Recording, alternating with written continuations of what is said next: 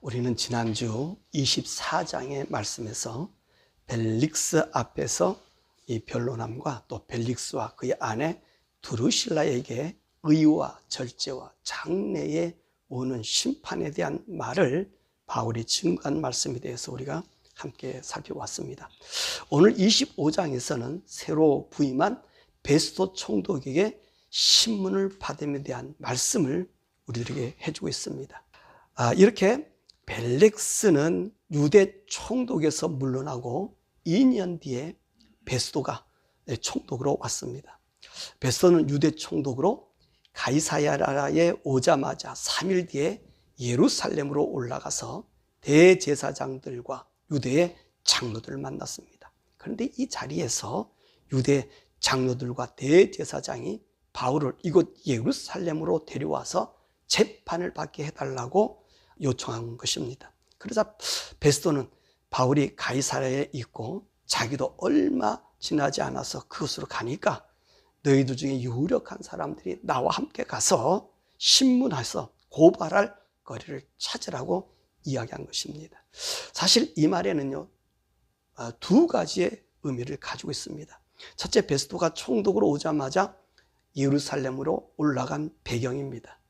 우리는 지난 시간에 왜 벨릭스 총독이 그 직에서 파면을 당했냐, 역사학자 요세푸스나 타카토스에 의하면 벨릭스의 부정 때문에 이곳에 있는 대제사장들이 상소해서 파면되었다 그랬습니다. 자, 그러니 베스도도 이런 일을 알고 있기에 이 예루살렘에 있는 장로들과 대제사장들과의 좋은 관계를 가지기 위해서 먼저 올라갔습니다. 두 번째로는 왜 바울을 예루살렘으로 오게 해달라는 그 요구를 거부하였냐는 것입니다. 이것은요, 아무리 저들이 권력이 있다 할지라도 자신은 그래도 총독이라는 것입니다. 이 총독의 권위를 예루살렘의 사람들에 의해서 주장되지 않을 것을 보이는 것입니다. 그래서 여기서 조금 있다 가이사로 내려갈 거니까 그때 나와 함께 내려가서 한번 바울을 신문해 보고 그래서 좋으면 신문거리가 있으면 함께 올라오자고 이렇게 이야기한 것입니다. 이런 저들의 긴장 속에서 또 8일 또는 10일이 지나서 베스도가 가이사로로 오자 이제 그 다음 날 바로 재판을 열게 됩니다. 그래서 바울을 불러 세우고 그들과 함께 온 이제 유대인들에게 여러 가지 사건으로 고발하지만 그들이 온전한 증거를 찾지 못했습니다. 다시 말하면 바울이 죄가 있다는 죄목을 얻지 못했다는 것입니다. 그래서 이들은 바울에게 변명하도록 이야기하죠. 그러니까 바울이 이야기합니다. 내가 유대인의 율법으로나 성전이나 가이사에게 도무지 죄를 짓지 아니하였다고 한 것입니다. 그러자 베스도는 이 유대인들의 마음을 얻고자 하여 내가 예루살렘에 올라가니 내 앞에서 이 재판을 받겠느냐 그렇게 질문합니다. 그러자 바울은 나는 지금 가이사의 재판 자리에 섰으니 가이사에게 가서 이 가이사가 누가 하는 황제를 얘기하는 거예요. 황제에게 신문을 받게 된 것입니다. 왜냐하면 나는 유대인에게 불의를 행한 일이 없고 내가 불의를 행하여 죽을 죄를 지었으면 죽는 것이 마땅하다고 하지만 만약 이 사람들이 나를 고발한 것이 다 사실이 아니면 아무도 나를 그들에게서 내어줄 수가 없다는 것입니다. 내가 이 재판 자리에서 황제에게 갈 것을 요청한다 그랬습니다. 그래서 베스도는 함께 있는 사람들과 상의해서 이 황제에게 상소하였으니 황제 앞에서 심판을 받게 한다는 것입니다. 그러면 바울은 이 재판에서 예루살렘에 가지 않고 황제에게로 간다고 하였을까요? 사실 바울은요, 예루살렘으로 올라가면 이들이 유대 종교법으로 바울을 처형하는 것을 이미도 알고 있었습니다. 베스도가 자기가 그곳에서 재판한다고 해서 다른 재판 또한 하지 않을 것을 뻔히 안 것입니다. 왜냐하면 베스도의 행동을 보아서 유대의 장로들의 요구를 거절하지 못함을 알기 때문에 그래서 황제에게 상소한 것입니다. 또한 베스도와 그의 배석자들, 또 이 유대인들이 바울의 이 상소를 받아들였습니다. 왜 그랬을까요? 이들은요, 바울을 로마 황제에 의해서 처형시키려고 한 것입니다. 이 유대인들, 더욱이 유대 대제사장들은 황제에게 엄청난 돈을 갖다 바치고 대제사장이라고 하는 이 직권의 권력을 부여받습니다. 그렇기 때문에 황제와 이 유대 대제사장과의 관계는 친밀하다는 말씀입니다. 우리가 지난 시간에 보았듯이 오늘 벨릭스 총독도 이들 유대인의 장로들이 그리고 대제사장들이 항의를 해서 파면시킬 정도였단 말입니다. 그러니까 바울 하나쯤은 식은 죽 먹고가 같다고 생각했던 것이지요. 그래서 그들은 바울이 황제에게 상소한 것을 용납하였습니다. 왜냐하면 거기에 또 다른 이점이 있기 때문에 그렇지요. 바로 황제가 바울을 죽이면 그것이 바로 기독교에 대한 종교를 의미할 수 있으므로 그들은 흔쾌히 승낙한 것 같습니다. 이렇게 바울이 황제에게 상소를 하니 베스도는 바울의 제목 찾아 황제에게 상소할 내용을 찾고 있었다는 것입니다. 왜냐하면 바울이 죄가 없다고 하는 것을 그가 알았기 때문에 그래요. 그런데 황제에게 상소하면 제목이 있어야 되는데 제목이 없다는 말입니다. 바로 이때에 아그리파 2세 왕이 그의 여동생 버니게와 함께 베스도에게 문하는 것입니다. 베스도는 이들에게 바울의 문제를 협의합니다. 바울을 가두게 된 그 사건 모습을 얘기하죠. 베스도가 바울의 일로 왕께 고하여 이르되 전임 총독 펠리스가 한 사람을 구류해 두었는데 내가 예루살렘에 있을 때에 유대인의 대제사장과 장로들이 그를 고소해서 정죄하기를 청하기에 내가 대답해서 그 사람들을 이 바울 앞에 서서 고소사건에 변명할 기회 주었다는 것입니다. 그리고 나서 그렇게 한 것은 이 로마 사람의 법이기 때문에 로마 사람은 법을 받을 때 반드시 변호할 기회를 준다는 것이지.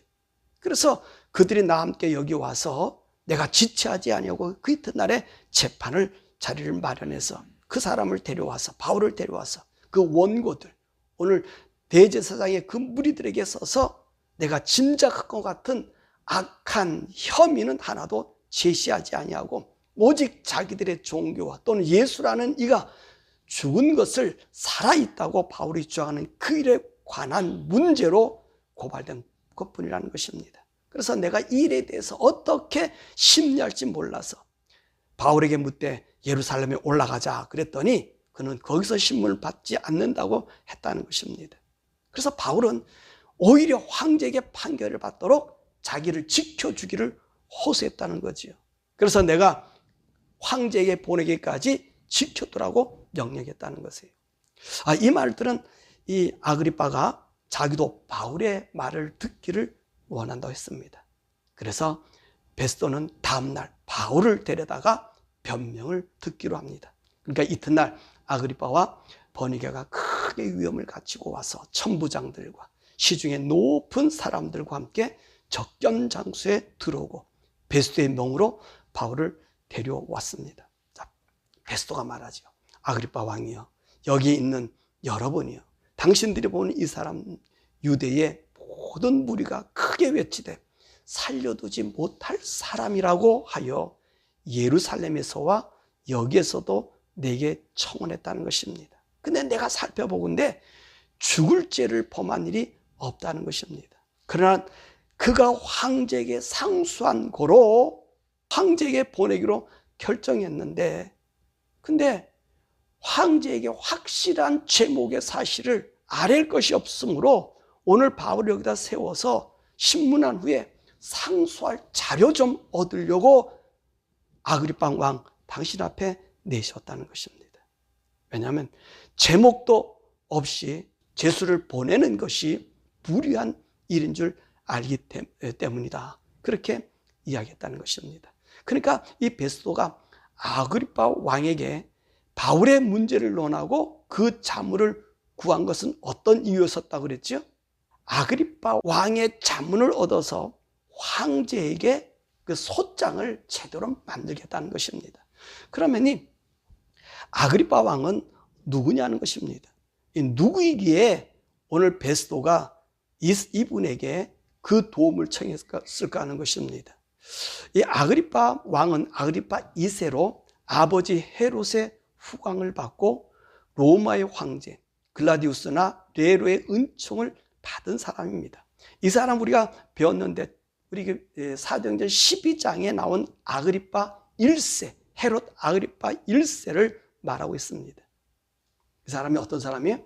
연설을 너무너무 잘해서 신의 소리다 해서 충이 먹어 죽은 사람이 그 아버지란 말이에요. 그래서 이 아그리파 2세는요, 그 아버지의 후광을 받아서 로마 황제인 글라디우스나 네로의 은총을 받은 사람이. 그래서 그 헤롯 때도 이스라엘 나라를 통일을 제국을 주었잖아요. 헤롯의 모든 아들들이 나눠진 땅들을 전부 그 아버지 아그리파 1세에게 줬단 말입니다. 근데 오늘 이 아들은요, 아그리파 2세는 그 아버지가 받은 영토보다 더 큰 영토를 네로로부터, 그 글라디오로부터 받아가지고 온 자입니다. 더욱이 이 아그리파 2세는 어떤 사람이냐면, 이제 대제사장을 임명받으려면 돈을 가지고 황제에게 가가지고 돈 주면 그 황제가 돈 많이 받은 것을 기뻐해서 대제사장 꼰의 명령을 주는 거예요. 그러니까 이스라엘 나라의 이 대제사장 이 제도가 예수님 당시도 그랬겠지만 그때까지 계속해서 돈 많은 놈이 대제사장이 되는 거예요. 아론의 자손이 아니라 저기 사기꾼이라도 돈만 많이 갖다 주면 대제사장이 되는 거예요. 근데 이 대제사장 이 임명권을 네로가 누구에게 줬냐면 아그리파 2세, 오늘 온 아그리파 왕에게 대제사장의 임명권을 줘버린 거예요. 그래서 생각해 보세요. 이 아그리파의 이 말이 얼마나 중요하겠냐는 것입니다. 바울은 총독에게 또 그 지역에 있는 사람에게 항소한 것 아니라 황제에게 항소했다는 말이죠. 그러니까 아그리파에게 가서 지금 바울은 죄가 없어요. 아그리파 말이 제가 무슨 죄가 있는 것 같다 라고만 얘기만 해주면 이것 가지고 죄목이 형성돼서 바울을 죽일 수 있다는 말이에요. 왜 그러죠? 이 사람은 네로나 글라디우스 이 양반들이 아주 절대 고난을 그 수리아와 사마리아와 유대에 통치권을 줬기 때문에 그렇습니다. 그러니까 이 베스도는요, 이 아그리파 2세의 도움이 절실히 필요한 것입니다. 그래서 바울의 증언을 들어서 이 아그리파가 죄목이 있는지 없는지를 알려주기를 원했다는 것입니다. 그럼 이 베스도는 어떤 사람이에요? 오늘 벨릭스나 아그리파 2세와 같이 로마 황제들의 후광을 가지고 있지 못한 사람입니다. 벨릭스도 그랬잖아요.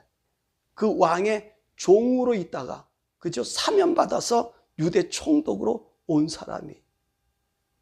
그리고 아그리파도 로마의 실세들, 황제로부터 권위를 받아가지고 온 사람이에요. 근데 이 베스도는 그렇지 못해. 아무런 힘이 없는 사람이.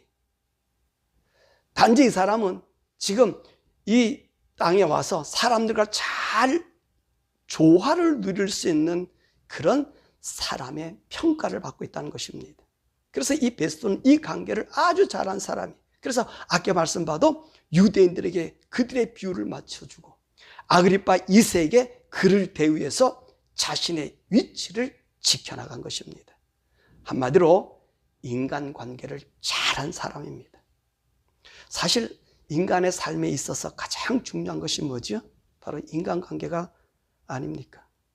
인간이 인간과의 단절은 아마도 사회생활이나 모든 삶에 있어서 생존하기 어렵습니다.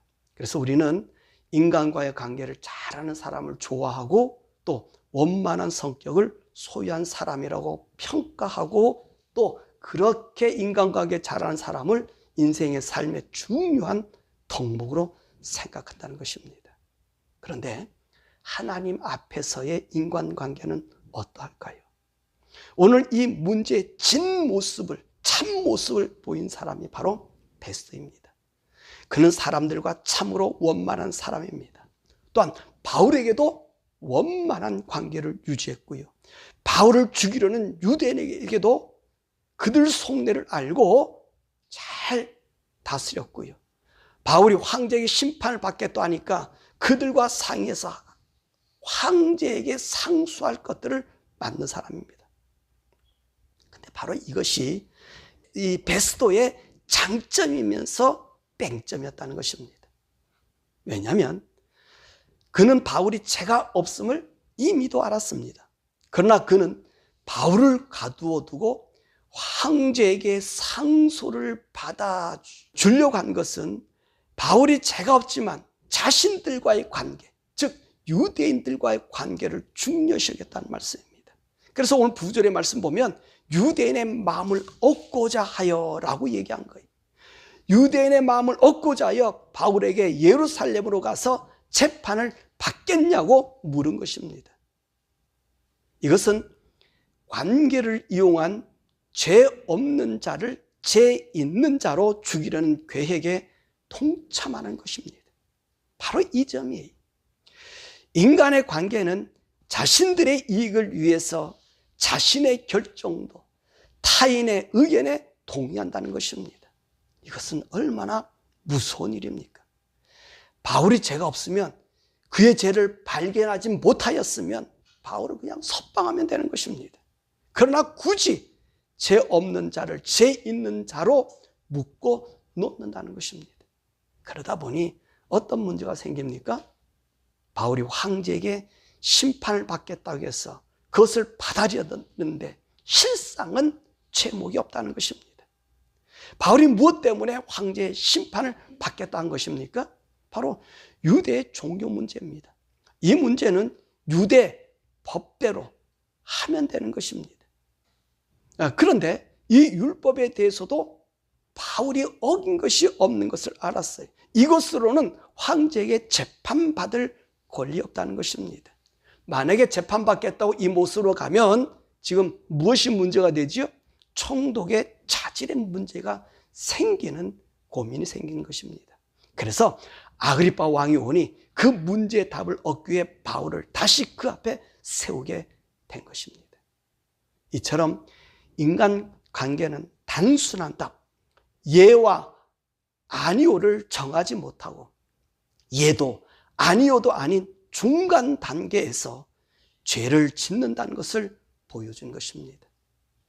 베스도가 취하는 관계는 자신의 주권보다 남의 눈치에 신경 쓰는 관계인 것입니다. 이것은요, 모든 세상 사람들의 관계라는 것입니다. 유대 장로들이나 아그리파 왕과 그와 함께 온 여동생 버니게도 이 보통 관계가 아닙니다. 이들은 모두 권력의 중심에 선 사람들입니다. 그러니까 이 베스도는 이들의 비율을 맞춰가며 이들의 관계를 유지하고 있는 것입니다. 사실 이것이 우리 교회 속에서도 존재하고 있다는 것입니다. 교회는 하나님의 진리에 입각한 성도들의 관계입니다. 교회에서는 세상의 그 관계를 도입해서는 안 된다는 말씀이지요. 교회 관계는 예수님 안에서의 질서입니다. 우리 지난 시간에 벨릭스와 그의 아내 두르실라에게 바울이 한 말이 무엇이었습니까? 그들에게 연설한, 그들에게 설교한 내용이 뭐지요? 의와 절제와 장차 오는 심판에 대한 이야기를 했습니다. 무엇을 말합니까? 만약 바울이 이 벨릭스에게 잘 보이는 관계로 발전시키기를 원하였다면 그는 이런 말 해서는 안 됩니다. 왜냐하면 벨릭스와 두르실라는 어떤 사람이죠? 이 사람은요, 여러분 우리가 배웠잖아요. 불륜의 사람들이, 못된 죄의 사람들이. 만약에 이 사람들과 좋은 관계로 발전시키기를 원한다면 이 바울은 이들 두르실라와 벨릭스의 비난 마음을 상하는 말보다는 예수님의 사랑에 대하여 말을 했어야 된다는 것입니다. 왜냐하면 이 불륜의 관계자들에게 예수님의 좋은 말씀도 성경에 있기 때문에 그렇습니다. 그것이 무엇이죠? 막달라 마리아의 이야기도 있고요. 현장에서 가늠한 여자를 구해준 이야기도 있다는 것입니다. 그래서 예수님의 사랑으로 감동을 주면 벨렉스도 아마 바울을 놓아주었을런지도 모릅니다. 그러나 바울은 그렇게 하지 않았어요. 뭐라고 말씀했어요? 의에 대해서 말했어요. 의가 뭐죠? 죄에 대한 이야기를 한 거예요. 그리고 절제에 대한 얘기를 했어요. 왜? 오늘 죄를 없이 하는 믿음의 생활, 의의 생활이 철저란 말입니다. 그리고 나서 이것의 평가가 우리 주님이 재림하셨을 때 심판에 대한 이야기를 했단 말입니다. 자, 이들이 바울의 말을 듣고 어떻게 했다고 그랬습니까? 거기서 두려워했다고 그랬습니다. 그 말을 듣고 두려워했다는 말이에요. 다른 말로 얘기하면 이들은 상당히 불쾌하였고 분노하였을 것이라는 것입니다. 그럼에도 바울은 인간관계의 형성이 아니라 하나님의 뜻, 하나님과의 관계를 더 중히 여긴 것입니다. 이것이 교회의 모습이 되어야 한다는 것입니다. 교회는 의, 진리에 대하여 맺어진 관계인 것입니다. 이 관계가 세상적인 것이 될 때 그 교회의 구성은 이미도 하나님과의 단절이 된 것이고, 이들이 외치는 복음은 복음이 아니라 인간 관계성의 연설에 불과한 것입니다. 그러므로 우리는 어떤 관계를 중요시해야 할 것을 깨달아야 한다는 것입니다. 우리 말씀 내주면 바울이 어디에서나 당당할 수 있는 것은 사람들과의 관계가 아니라 하나님과의 관계였던 것입니다. 바울은 사람들의 비율을 맞추는 관계가 아니라 하나님의 의를 따르는 관계였다는 것입니다. 그러므로 그는 어디서나 당당하였고 두려움이 없었습니다. 왜 그가 이렇게 당당하였을까요? 바로 하나님의 소명입니다. 하나님께서 그에게 해야 할 일에 대해서 이미도 말씀하셨습니다. 이 말씀에 의해서 그는 그의 삶을 하나님께 맡겼던 것입니다. 그러므로 그는 두려움이 없는 것입니다. 우리에게 이런 의식이 없으면 우리는 어떻게 될까요? 주의나 환경에 결탁하고 아부하고 죄를 죄라고 잘못됨을 잘못되었다고 말하지 못할 것입니다. 모두가 휩쓸려서 자신의 이익을 찾아서 오늘도 헤맬 것입니다. 왜요? 관계 손상을 두려워하기 때문인 것입니다. 그러나 오늘 바울에게는 하나님께서 그에게 말씀하신 것은 그에게 준 소명이 있다는 말입니다. 이 소명을 가지고 있었기 때문에 그는 관계 손상을 두려워하는 것이 아니라 하나님께 받은 이 소명을 향해서 하나님을 향한 목표에 벗어나지 않았다는 것입니다. 바울은요, 이 음성을 하나님께 듣지 않았습니까? 오늘 23장 11절에 보니까 담대하라. 예루살렘에서 나의 일을 증언하는 것 같이 로마에서 증언하리라. 이 하나님의 음성을 듣고 이 소명을 들었기 때문에 담대하게 주님을 증거할 수 있었던 것입니다. 그러므로 우리가 하나님을 따라 살 때 우리 방향을 바로잡아 서며 담대하게 사람의 눈치가 아니라 하나님의 의를 따라갈 수 있는 것은 그분의 음성을 듣고 사는 삶이라는 것입니다. 관계를 중시하는 이 시대에 우리는 사람의 관계성을 중시함보다 하나님의 의를 따르는 소명의식의 삶으로 어디에서나 죄에 악용되는 인간관계가 아니라 의와 진리에 선 하나님과의 온전한 관계, 이것을 우리 주님 오신 날까지 형성해야 됩니다. 그러기 위해서 여러분들이 날마다 성령님과 대화하시고 성령님의 의지하셔서 여러분 자칫 잘못하면 오늘 베스도 같은 삶을 살아요. 사람을 다 좋게 하다 보면 그들의 눈치를 봐야 되고요. 내가 정해야 될 청함도 결정할 수도 없고요. 누군가에 의지해야 되고요. 그들의 비유를 받다 보니 죄인 아닌 죄인이 내가 된다는 사실을 아셔야 됩니다. 그때 우리가 가장 중요한 것이 뭐죠? 하나님은 나를 부르시고 나는 하나님의 아들로 성령님의 인도함 받아서 내가 사는 날까지 그분의 음성을 따라 의의 길로, 진리의 길로, 말씀으로 걸어가겠다는 하나님과 관계를 온전히 이루어서 우리 인생의 삶 속 동안에 정말로 우리가 걸어가는 관계는 주님의 의의 관계로, 생명의 관계로. 그래서 우리 주님 오실 때 의의 면류관을 쓰시는 우리 모두 되시기를 주님의 이름으로 축원합니다.